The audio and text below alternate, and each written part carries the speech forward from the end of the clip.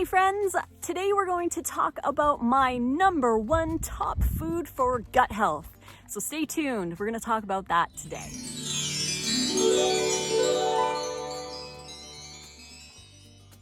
Welcome to another video here on my YouTube channel. If you are enjoying these videos, please hit the subscribe button and like this video. We are going to be trying to share more content here, and I hope you enjoy it.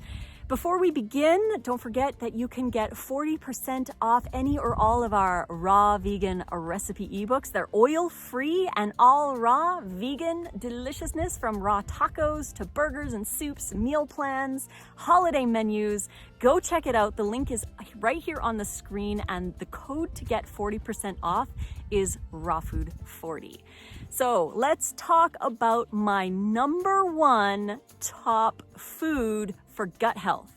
I get asked this question quite often. Lissa, what should I eat? Number one food that I should eat for gut health, for improving my gut and growing my gut. Surprise, there isn't one food. My number one food for gut health is variety. Variety is the key to building a healthy and strong gut microbiome.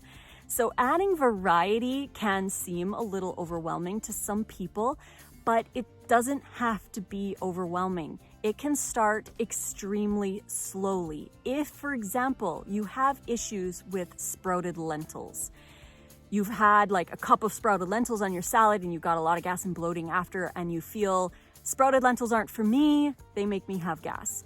The problem is not the sprouted lentils, and it is not the fiber. It's the fact that your gut microbiome wasn't ready quite yet to digest that amount of sprouted lentils. So the solution would be to start a lot slower. Maybe start with a tablespoon instead of a whole cup. Try that and see how it feels. You might be surprised that it feels pretty good.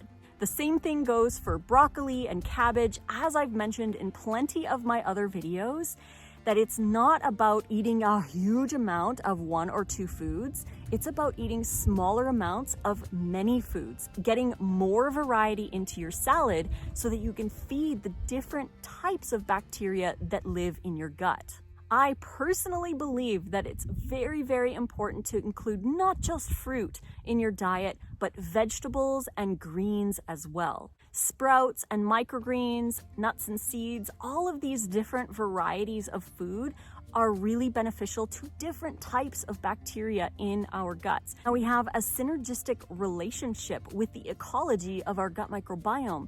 If our gut microbiome is out of balance, then other things can take over. And I feel that this is why I suffered with candida overgrowth for 15 years of my life. I was so focused on fighting the candida and killing the candida, fighting and killing and fighting and killing and doing these cleanses and not eating the foods that feed the candida. I wasn't focused on my own microbiome. I had no idea. It wasn't on my radar. All I could see was kill, kill, kill, do this cleanse. And that's what I was taught, and that's what many of us are taught. But with the new science that's been emerging about the gut microbiome and how to grow the microbiome, I now realize why I was able to heal my candida overgrowth. And it wasn't because I was fighting and killing my candida. Instead, it was because I was building my own microbiome so that I could fight off the yeast myself with my microbiome. My microbiome was what was killing off the yeast and crowding it out. So the yeast was like, there's no space for us. It's all those other guys. So it really is about building the microbiome instead of fighting off the yeast. And the number one thing to do to eat is variety. Eat more variety of foods to grow those different bacteria so that they flourish in your microbiome and you have a better immunity. You have more serotonin, neurotransmitter that is our happy, it's kind of like our happy hormone, so to speak.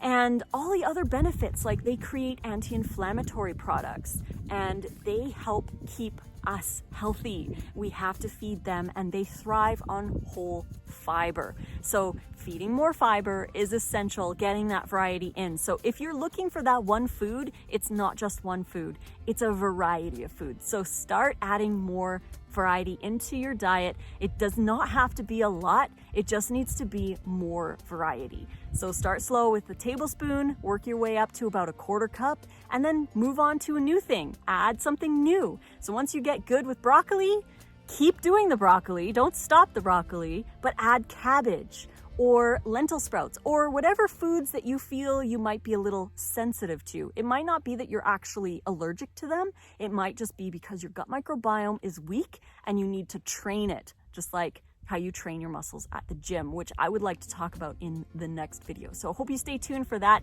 If you like this video, please give it a thumbs up and subscribe to the channel. You can also get 40% off any or all of our raw vegan recipe ebooks to help you include more fiber variety into your diet. You can also enjoy the meal planning web-based app. It's at rawfoodromance.com. This app is only $5 a month. It's billed quarterly or yearly, and it gives you a weekly meal plan based on the recipes that are in there. New recipes are added every month, and it generates a grocery list based on the meals that are chosen for your week. So check that out as well. It's at rawfoodromance.com, and 40% off our ebooks code is rawfood40. The link is right here or in the description box below. I hope you enjoyed this video, and until the next one, fruit on.